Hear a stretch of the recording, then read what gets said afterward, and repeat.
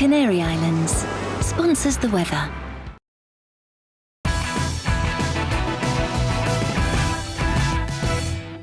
Hello, I'm Mark Dolan and welcome to the Greatest Britain and Union Jackass Festive Special, in which we look back at the heroes and villains of 2021. And helping me to do that is my fabulous panel of Benjamin Butterworth, Dawn Neeson and Morgan Schondelmeyer. Benjamin, your first Greatest Britain. Well, I'm going to go for a woman that's not famous but has been so important this year, and you had her on your show earlier. Dawn Neeson. I'll take it, fine. Let's finish the programme now. Actually, Dawn she is famous. She's on bloody everything. She is. I saw her outfit. Tonight I said, ding. Come as the Christmas tree. Exactly. I saw the outfit. I said, ding dong. She looks amazing. But my Greatest Britain, first of all, is going to be a woman called Lisa King, because this year we have had in-person GP appointments not return while so much of the rest of the country has got back to normal life. And I think at Christmas, when lots of people get sick, lots of people will be thinking about loved ones that, you know, aren't here that they wish. Yeah. I'm thinking about Lisa King because she lost her husband, Peter, after she was refused an in-person GP appointment. She's had such a tough time, and she's been on GBNews, she's been on other programmes, she's been in the newspaper that I write for, campaigning so stoically to get the government to return in-person GP appointments. I think it's such an important issue, and she really has inspired me this year. It's a great shout, Dawn. The NHS has been under unprecedented pressure, and we salute the nurses and doctors and frontline workers in the NHS for what they've been through. Absolutely. But the focus now, as we hopefully exit the worst of this pandemic, is to get the face-to-face appointments back and get the NHS back focusing on all illnesses. Indeed. I mean, before the pandemic, we know that 80% of people were having GP appointments in person. Now we're still only in the mid-50s of that happening. And people are still suffering. There are lots of horrendous stories of people that have lost loved ones because they couldn't get to see a GP, or they were worried about bothering a GP, and that is still going on. Members of my own family are still too worried to bother the NHS that they paid for their entire lives. So I think that one of the big Christmas messages this year is that we need to get the NHS back up and being a service and not just a COVID service. And we are customers. It is a service, and the reason why we're customers, Morgan, is because we pay for it. Absolutely, and I think that's easy to forget because it's free at the point of use, but we all pay for it every day. I think Dawn makes a point. The idea that we are afraid to use it, I think, goes back to that original COVID messaging, protect the NHS, which was very effective at the time to stop, an overwhelming of the NHS. But now we need to make sure that we're getting back to getting people all of their preventative health screenings, cancer screenings, and even elective appointments. Well, I'm beginning to think the policies were there to save the NHS, but what they've done is wreck it. But I do hope that our great health service can survive this pandemic. I have my doubts. Dawn, your Greatest Britain. Right, okay, I'm going to go for someone I never thought I'd nominate in a million years. I'm going to go for J.K. Rowling.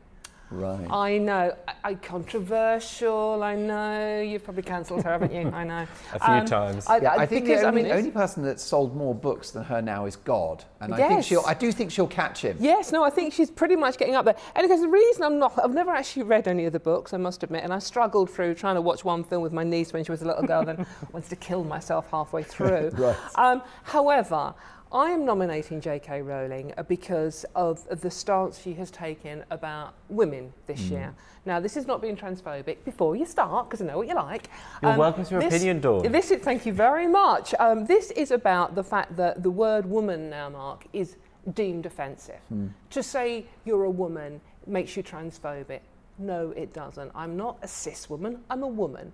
I'm not somebody with a cervix, I'm a woman. I'm not somebody who chest feeds.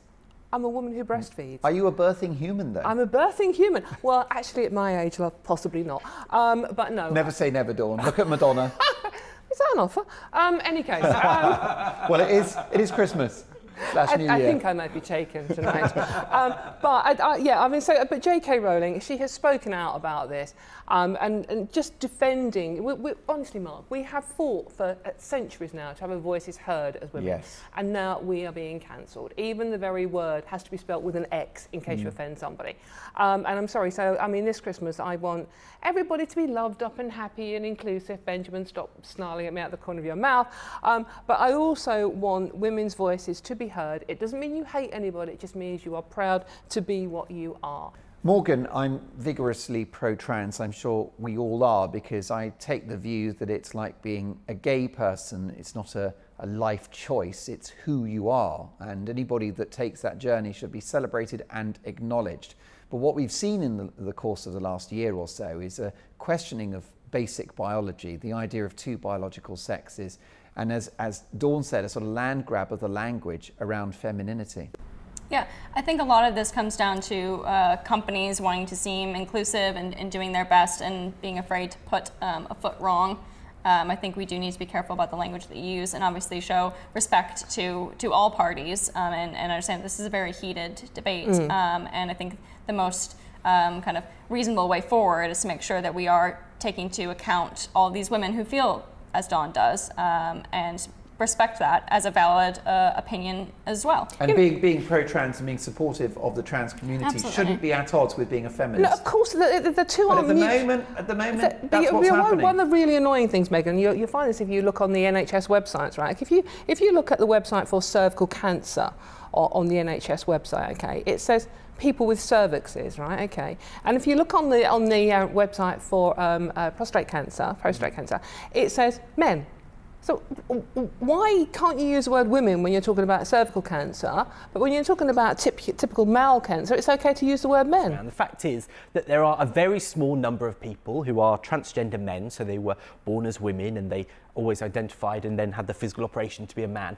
And those people will have a cervix. It's very few people, but sadly, Lord Duncan, who is a Conservative minister, his brother, who was born as a woman, died of cervical cancer because the NHS didn't recognise it. And that's why this sort of thing is so important. But why not say women and people with cervixes? Sure, and I say wouldn't have a problem with that either. Men and, people with testicles, for example. I Why wouldn't not say that? have a problem with that either, but so often it is made out as though those people don't exist, or as though those people are some kind of a threat, and I just don't accept that. Do you accept that some women feel cancelled this year? Well, I think that's certainly the agenda that's being pushed by some people, including J.K. Rowling, who was your original Greatest Briton. Look, I hate the idea that we try to build this fight between women and transgender women. This fabricated argument. It shouldn't be a fight. About who should go into women's toilets. Well, the truth is that if any law affected who can go into a men's or women's toilet, it was the Gender Recognition Act. It was 16 years ago. And so, this isn't a problem that's actually happening, but people are trying to whip it up as though you should show your genitals at the door. I think that's a horrible way to go about society. My eyesight's not that good anymore, Benjamin. No, but it's also a habit I got out of years ago, and thank God I did. Those Channel 4 days. What are you going to do? It was early days in my showbiz career. And it was very cold as well at the time. A boy's got to work. Now, Morgan, how about you? Your Greatest Briton? Back to kind of the talk of COVID. I'd like to nominate Dame Sarah Gilbert, who is one of the leading scientists who developed the Oxford AstraZeneca vaccine. An exemplar of British science and technology. She led many years ago the development of an annual flu vaccine. She is at the top of her field. And I think she really represents what this country is capable of. And the vaccine rollout was incredibly important to getting us out of this pandemic, saved countless lives, allowed us to resume life as normal. And I really think that their efforts should be commended. Now, you're an expert on economic matters. Do you think Oxford AstraZeneca missed a trick not making a profit from the vaccine? I think they could have done. I acknowledge completely that they felt, as a brand even, that this was something that was good for their brand. I think they also realized that this was integral to getting us out of the pandemic. I think if they had said to the government, we want, £100 per dose, £200 per dose, the government probably would have paid it, because the cost of the pandemic per day is in the billions.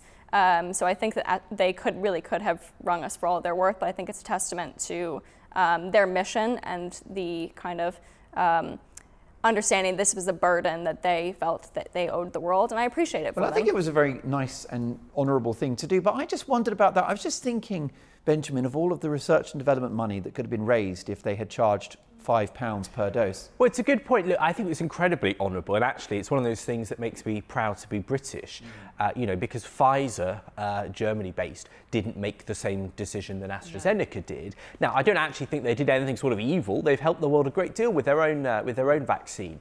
But I think it would make sense maybe if that countries like Britain had paid something with a profit margin in it in order to fund better manufacturing to get it out to most of the world. Half the world still hasn't had that chance to get the vaccine and is still at risk this Christmas. And I think we should be really pushing on that to get those doses out as fast as possible. Now, J.K. Rowling, great feminist icon. Dawn Neeson, great feminist icon. One of the longest standing Fleet Street editors of any gender. Where's this going, Mark? And look, she can I just say, there's a but, isn't there? There is a Dawn but. Neeson, Dawn does not do compliments. Look at her bristle. No, I'm just waiting for it. She bristles if you say anything about but another feminist icon has got to be Sarah Gilbert. No, absolutely, I agree. And what I do, it's a great nomination, and what I find so sad with the whole vaccine debate, it has become so divisive. Like everything in this country at the moment, we should be singing the praises to the roof of what we've achieved with the vaccine rollout in this country. Huge. The fact that we've saved so many lives. But, ever since Brexit, every single thing we do, every single debate becomes division and hatred. But isn't it because the vaccine rollout has been so forcefully rolled out? There's been such strong messaging, and people haven't felt like it was personal choice. It's been a lot of stick and not much carrot, hasn't it? Yeah. And I think that's the problem with the way the whole.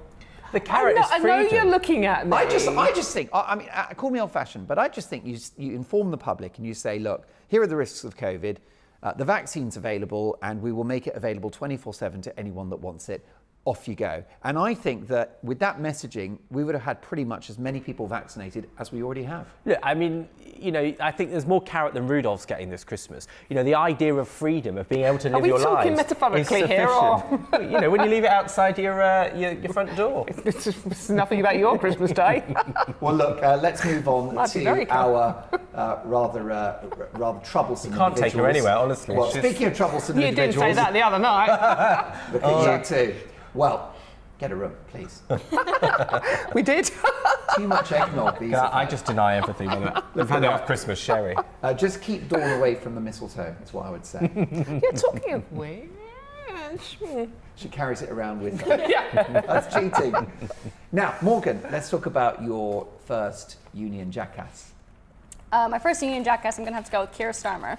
I just do not think he is leading a powerful opposition. Keir Starmer just hasn't been there. He hasn't been leading a strong opposition. He's opposing everything for opposing's sake. I don't think there's any clear trajectory for the Labour Party. You want a strong opposition, even if they're not the party of your favour, because that creates better policy. When you have an actual opposition who can say, I don't like this and here's the reasons why, and even better, here are my alternatives, then you get better policy making. Keir Starmer just says, no, we're not going to do that, and doesn't give any explanation, any reason why, and it seems that the Labour Party is really lost. Benjamin, what you want for Christmas is a Labour government, but you're not going to get one under Keir Starmer, are you? Please, the last thing I want is a general election in December again. Gosh, that would be a disaster. Look, I actually think Keir Starmer is doing a relatively good job. I certainly don't accept that he opposes everything, because he's been quite constructive throughout the pandemic period. Any leader of the opposition would have their hands tied in such a obviously bad situation. But do you know what? Inside the Labour Party, because it's such a messed up party, it really was, antagonised by the Corbyn years, and I was never on his side. He is fixing lots of things that will stop people, like Jeremy Corbyn isn't a Labour MP, for example, because Keir Starmer kicked him out of the Parliamentary Labour Party. That was pretty decisive.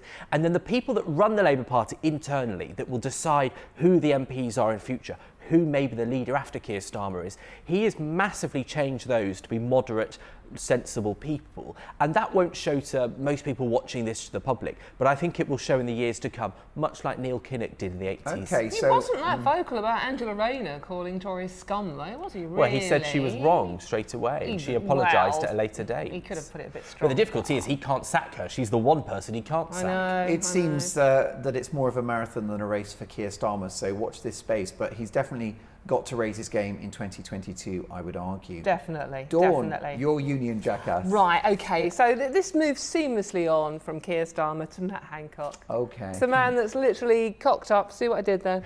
Very good name he's got there. Literally cocked up everything he has touched this year, including the mistress. You knew I was going to do that. You knew I was going to do that. You can take the editor out of the Star. Tabloid.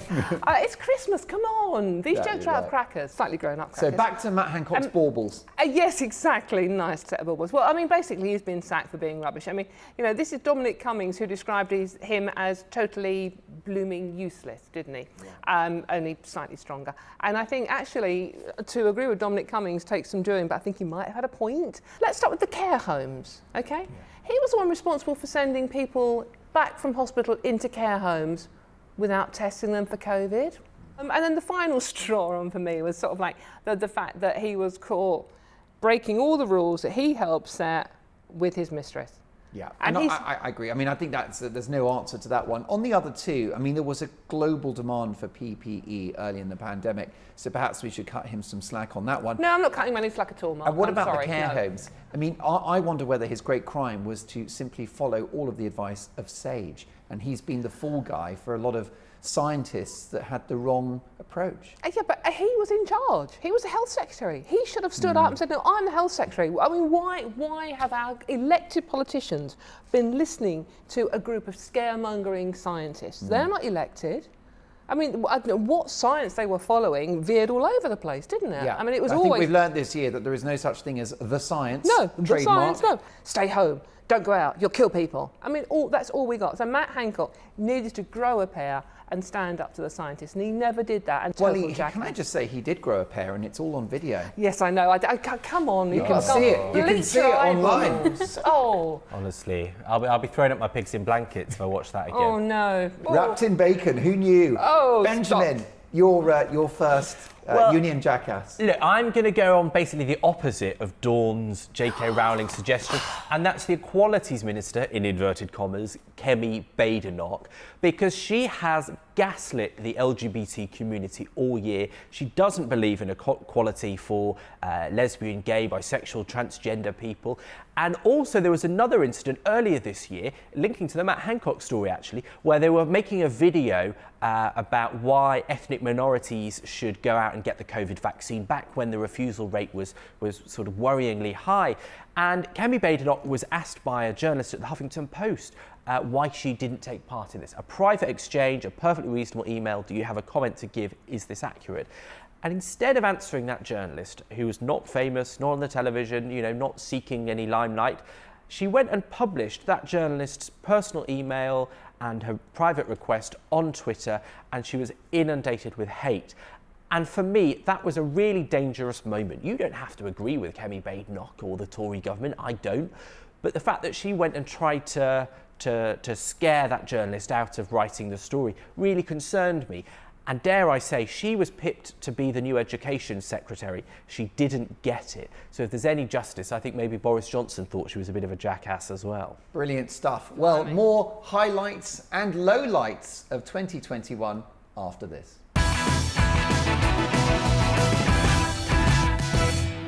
You're watching GB News live across the UK and the world on our digital stream. GB News is Britain's news channel. We are the UK's home of discussion and debate from all perspectives. We are here for you. Don't forget to join our YouTube community by clicking on that subscribe button. And if you want the GB News app, you can click and catch up on programmes anytime. We love to hear from you, so email us. gbviews@gbnews.uk. Thanks for being part of the GB News family. My name is Andrew Doyle. Join me every Sunday evening at 7 p.m. for Free Speech Nation. This is a show where we address current affairs and news stories of the week with the help of two wonderful comedian panellists. I brought in comics because I want to give it a lighter edge, and also they work for less. See you there.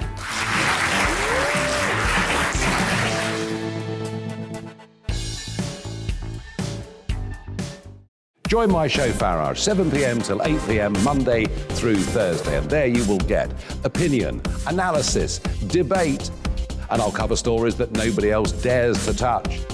And then for the last 15 minutes, talking pints. We're over a drink. We have a civilised conversation with someone. We very often disagree, but we do it in a grown-up way. Come and join me on Farage.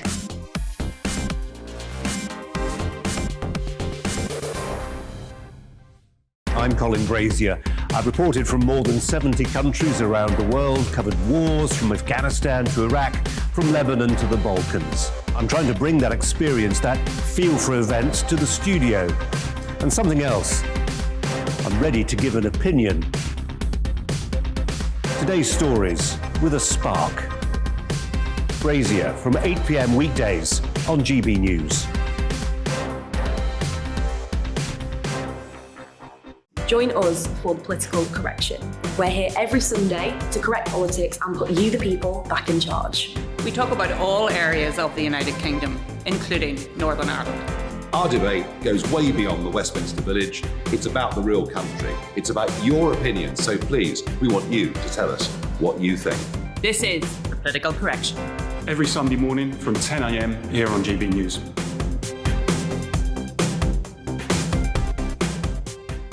You're watching GB News live across the UK, the world, and our digital stream. GB News is Britain's news channel. We are the UK's home of discussion and debate from all perspectives. We're here for you. Don't forget to join our community by hitting the subscribe button. And download the GB News app so you can click and catch up on programmes anytime. We love to hear from you. Email us at gbviews@gbnews.uk. Thanks for being part of the GB News family.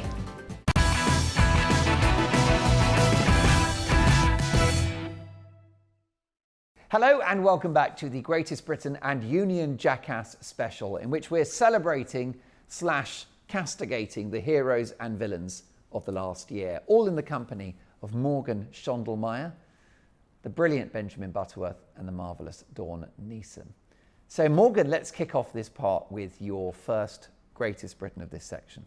I'm going to go with Emma Ratacanu, US Open winner. I feel like the entire country was watching her at the US Open. She had an amazing round. I think the first qualifier to ever win a Grand Slam title. Yeah, so I think she's a great kind of role model for young girls across the country who want to get into sport and the future of British tennis. Do you worry that this great talent could be sort of crushed by the fame game before she's even started? I hope not. She's still so young, isn't she? I mean, you know, there was that criticism, which I sort of didn't like, about, oh, she's signed all these contracts, she's going to get her head turned, and you can't blame her for going for it. I mean, she's incredibly talented, incredibly beautiful, incredibly young. So I don't think, I think she's being well looked after, and I hope she does. She doesn't strike me as that type of person. Were you surprised that she dispensed with the services of her coach after that win? I was, actually. I'm not, you know, I don't know the ins and outs of the drama of the tennis world, but it did seem quite surprising to see someone do so well. I think she'd always just sort of had him for a fixed period, right? And so it was a bit unfair. Look, I think anyone that's as self-disciplined as she must be. Absolutely. You know, this is also someone that was, you know, a top grade student at her local state comprehensive while training for the US Open. I mean, it's extraordinary that she went from tweeting, oh, looks like the exams aren't happening, to winning the US Open in just a couple of months. And credit to Amazon, who had the rights to screen that match, that shared it with Channel 4 so we could all watch it. I mean, I won't be giving credit to Amazon, but I'd rather they give some credit to us in the form of tax. Yeah, well, I know, that would be quite nice. Controversial. Let's get to your first Greatest Britain of this section. They are technically Kiwi, technically British. It's not Dan Wootton, because this is actually not a human. It's Geronimo the alpaca. And I think, you know, we're thinking about those we've lost this year who were heroes, and Geronimo has to be up there because he fought so hard. This was the alpaca that the government killed partway through the year. They said that he had tuberculosis. The trial, the test that came after he died said that he didn't. And for me, that fight that he put up to get through and get the science and try and have the proper test, that makes Geronimo the alpaca a Great Britain for me. But you never liked Geronimo in the first place. I didn't dislike him at all in any way, shape or form. I just don't really get how Brits get so worked up about animals, and yet we can let kids be abused, like in the Rotherham scandal, but we seem to care more about animals in this country. It is a fact that we give more money to animal charities than we do to children's charities in this country. But I don't think you can't care about them both, and I think, you know, really... Of course you can compare. I think animals don't have a voice, do they? No. Exactly. Yeah. You know, it didn't have tuberculosis according to the test that was done after it was shot by the government. Morgan's gone very quiet. I'm concerned that rather fetching Christmas jumper is made of alpaca. It could be. I'm not quite sure, but I will say Geronimo did have 2 positive tests before he was put down, and I think if we're going to be a country that cares about biosecurity and animal food standards, then we need to It can't be ruled live up out. to our rules. It can't be ruled out that Morgan is wearing Geronimo as we speak. Well, actually, a nice pair of socks from Alpaca as well. I mean, there you go. Now, Dawn, how about your first Greatest Britain of this section? I'm going to go for the very obvious one, and I think, and I hope everyone watching will agree, I'm going to go for the Queen. Oh, brilliant. In her 95th year, she has had an incredibly tough year. She lost her husband, a man who's been by her side since she was a young woman. She has had the awful Prince Andrew and Harry to put up with. I mean, one was her favourite son, the other was her favourite grandson. Apparently her favourite son mired in endless scandal. Yeah. And her grandson doing everything he can to destroy the family. Yeah, absolutely. And I think the way Harry and Meghan have behaved and some of the things they've said, and as we know, Meghan may be a bit distant from the truth occasionally. The Queen, at the end of the day, she is a woman. She's a mum, she's a grandmother, she's a great-grandmother. She has been poorly. She missed the cenotaph ceremony, which must have broken her heart as well. You know, she's been too poorly to even go to church. She has been there throughout all her lives. None of us know what it's like not to have her on the throne. So I think the Queen is certainly the greatest Brit this Christmas. It's a wonderful nomination, and we do wish the Queen well in her health for a very healthy and vibrant 2022. Well, Morgan, first Union Jackass. My first Union Jackass of this round is going to be Joe Biden. And I know he's not a Brit, but I hope we make an exception. He's probably forgotten what he is, so it doesn't matter. Well, he claims his Irish heritage very closely, so he clearly has an attachment to this part of the world. I'm a registered Democrat in the States, which does surprise many people, and I am a Joe Biden voter. But I've been less than impressed with his performance this year. I think he is displaying a lot of the Trumpian mannerisms, I say, that he frowned upon. He's not particularly kind to journalists. He's making a lot of inappropriate comments and flubs. And also, kind of in the biggest instance, was the disgraceful withdrawal of US troops from Afghanistan. Yeah. Really left our allies in the region. I mean, other than the pandemic, that might have been the biggest low point of the year. That's pathetic Allied withdrawal from Afghanistan, which is now precipitating a huge humanitarian crisis. Yeah, I think there are a lot of countries to blame in this as well. I think the UK should have stood up to Biden and said, this isn't right, this isn't what we should be doing. Well, Biden didn't even call Boris to tell him what was happening. It really is the worst decision. And do you think that Biden has therefore handed the presidency to the next Republican nominee in 2024, whether it's Donald Trump or Ron DeSantis or anyone? Do you think the Democrats are now destined to lose the next election? I think there's a long time between now and the next election. I think we forget that Biden only came to office earlier this year. It's been a long year. I mean, I think we can assume he certainly won't be running in 2024. I think that's probably a safe assumption. I'm not sure that he'll be in good enough health to run. I don't think Trump will be in good enough health to run, but I'm not particularly optimistic for the future of either party. Is there an obvious heir apparent to Joe Biden? Because it's not Kamala Harris, is it? Well, I don't think she's really risen to the challenge. She's not as popular as maybe she had anticipated she would be. So no, I'm actually not quite sure. Now, Benjamin, you must have been celebrating a Democratic victory at the last US presidential election, but are you disappointed that, in a sense, from your point of view, it's the right party, but probably the wrong person in Joe Biden? Well, I was celebrating a Democratic victory with a small d, because that's exactly what Donald Trump tried to prevent in his nonsense of claiming that the election was rigged and unfair. But do you think your mates over in the Democratic movement of America just messed up choosing Joe Biden? You know, look at the last election. Is that the best that they had to offer? Do you know, I loved Pete Buttigieg, who is the gay, young, moderate, very sort of centrist, Blair-style politics, forward-thinking. He really inspired me, and he's a gay Christian. There was just so much about him that I thought was engaging. Now, he was too young to be president. I think he's barely 40, and he's now transport secretary, so he's in the cabinet. He could be a future candidate. I think he's really inspiring and moderate. Look, if I could choose the US president, it'd be Hillary Clinton every time, always. I sort of lie awake at night crying about the absence of President Hillary. Thinking about Hillary Clinton. I do worry about you sometimes. I think it's time for an intervention. Please send help to Benjamin. Honestly, Hillary was right. And look, you're looking at all these people being indicted, going before courts. I tell you what, Hillary is free, and she always will be. It's just a shame that she didn't lead the free world. Well, let's talk about your Union Jackass, because Hillary is a Union Jackass for many, but who is it for you?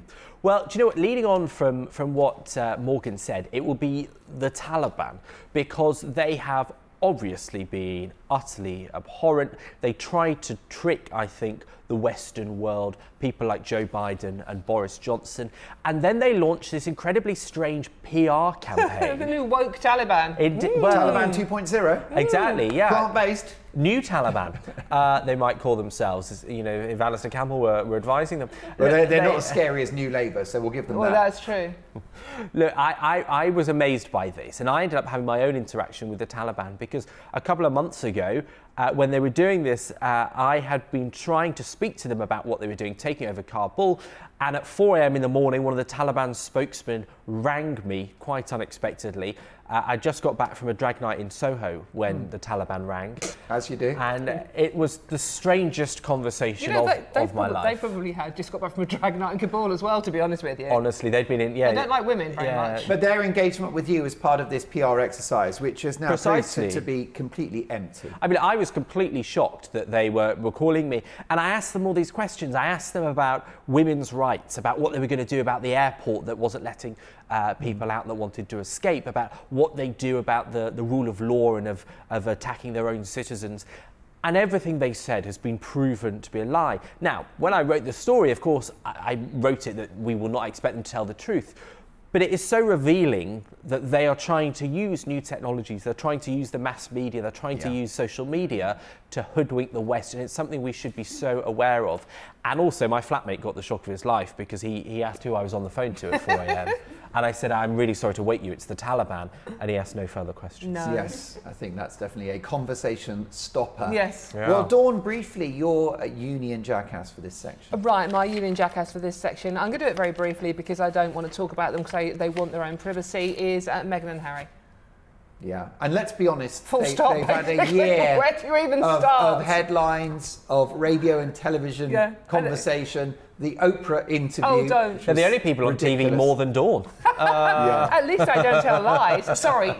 You know, I mean, obviously, the latest thing is that, you know, she has been in the High Court having to apologise because despite claiming she had not at all collaborated with the authors of that hideous book about them, she had to say, actually, I kind of forgot that I had. Now, you know, you forget where you leave your keys, you forget putting the iron on, leaving the iron on. Or why you went into that bedroom upstairs.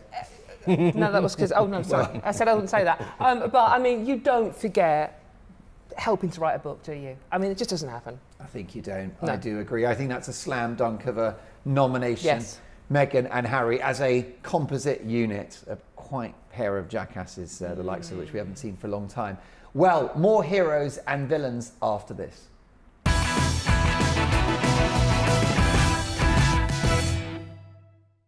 You're watching GB News live across the UK and the world on our digital stream. GB News is Britain's news channel. We are the UK's home of discussion and debate from all perspectives. We are here for you. Don't forget to join our YouTube community by clicking on that subscribe button. And if you want the GB News app, you can click and catch up on programmes anytime. We love to hear from you, so email us. gbviews@gbnews.uk. Thanks for being part of the GB News family. My name is Andrew Doyle. Join me every Sunday evening at 7 p.m. for Free Speech Nation. This is a show where we address current affairs and news stories of the week with the help of two wonderful comedian panellists. I brought in comics because I want to give it a lighter edge, and also they work for less. See you there.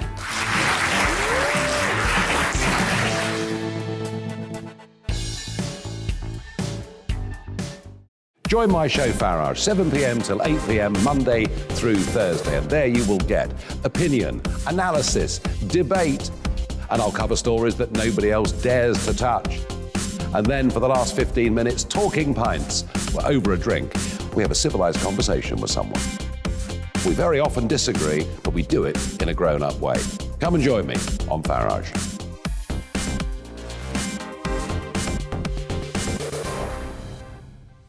I'm Colin Brazier. I've reported from more than 70 countries around the world, covered wars from Afghanistan to Iraq, from Lebanon to the Balkans. I'm trying to bring that experience, that feel for events, to the studio. And something else, I'm ready to give an opinion. Today's stories with a spark. Brazier from 8 p.m. weekdays on GB News.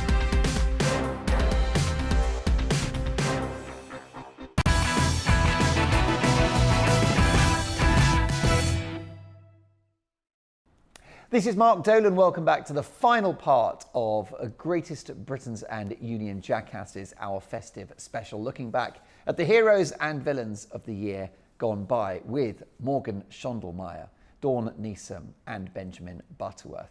So Dawn, your first Greatest Briton for this last section. Right, okay, I'm going to go with the Greatest Briton. I'm not actually sure he is a Brit, but it doesn't matter. He's universal. I'm going to go with Santa.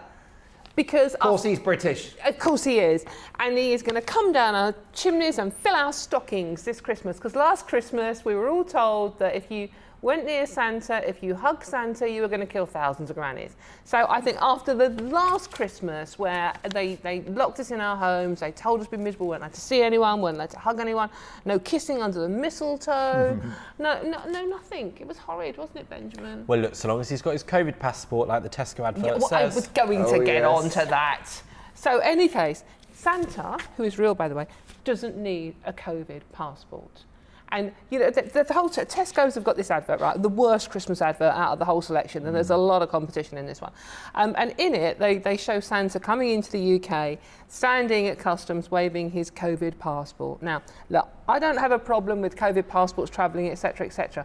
But I don't want a Christmas advert that's selling me mince pies and pigs in blankets, giving me a lecture about the pandemic.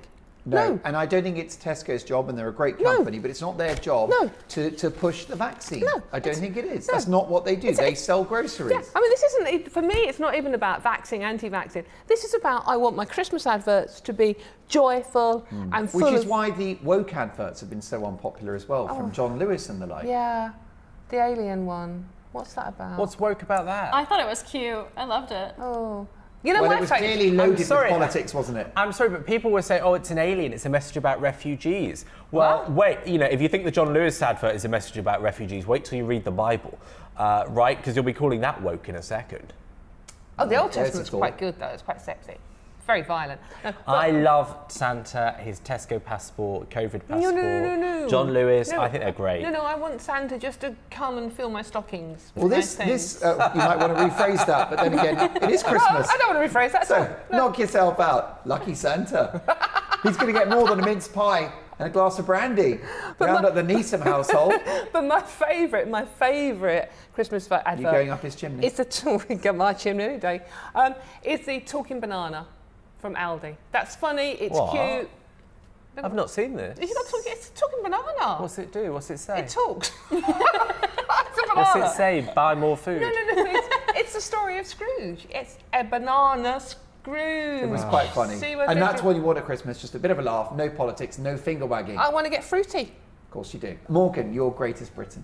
My greatest Briton actually is Prince Philip, and I think it was obviously incredibly sad when he passed, but I think it allowed us to commemorate what was a lifetime of service to Queen and country. All the lives changed by the Duke of Edinburgh Award, and just a really kind of sobering moment for the nation. It made the royal family feel like just any other family this year who had suffered loss. And we won't forget the haunting images, will we, of the Queen sat on her own in the chapel during the pandemic, socially distanced. You know, all of us, you know, that have lost someone, but especially when you think about grandparents where one has died first, you know, that's what the Queen will be facing this festive period.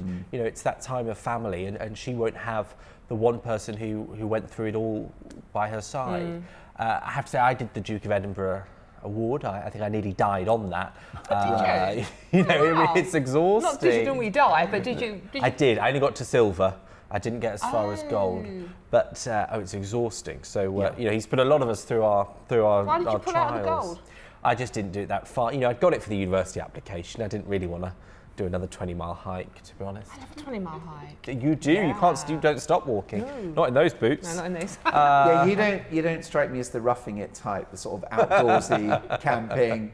You're more like 5-star he likes hotel. a bit of camping. I do.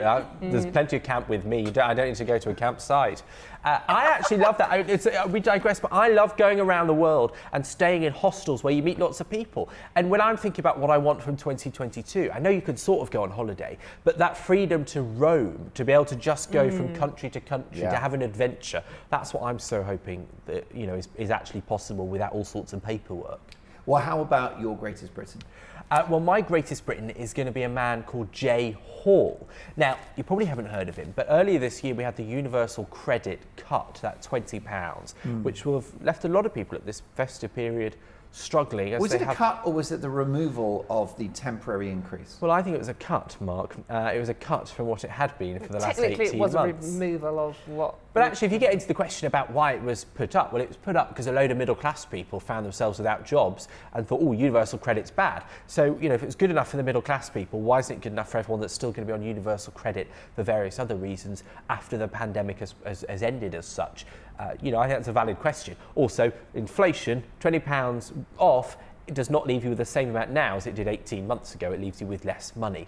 But this is a man, Jay Hall, and I wrote about him in the newspaper because he was so worried about it. He's a window cleaner. He doesn't have a great deal of disposable income, and he decided to give £20 a week to someone who was really struggling to make ends meet, that genuinely couldn't afford for their family.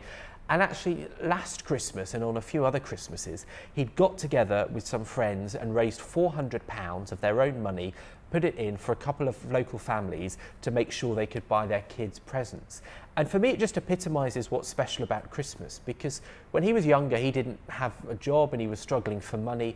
And he said the worst time of his life was when he couldn't buy his child Christmas presents. Yeah. And so now at Christmas, he gets together with a couple of friends to make sure that some people they know that are struggling can afford to get their kids presents. And it moves me so much. And I think that's the real spirit of Christmas. It's a great nomination. Yeah. I think sadly many more than usual will be struggling this Christmas and over the new year and well into 2022. What do you think, Morgan, about the economics of this, the decision to remove that temporary increase in universal credit worth about £20 a week?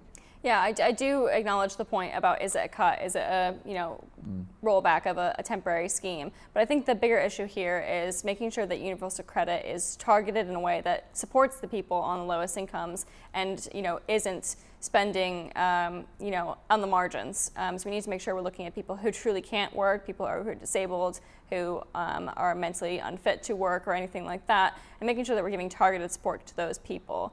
I think there's going to be a lot of strife as we come out of the pandemic with inflation, as Benjamin says. So I think that maybe now is not the time to remove the uplift, but we need to make sure that we are focusing long-term in targeted support for the people who need it most. The government would argue that they've focused that resource for in-work benefits for people who are struggling to make ends meet who have a job.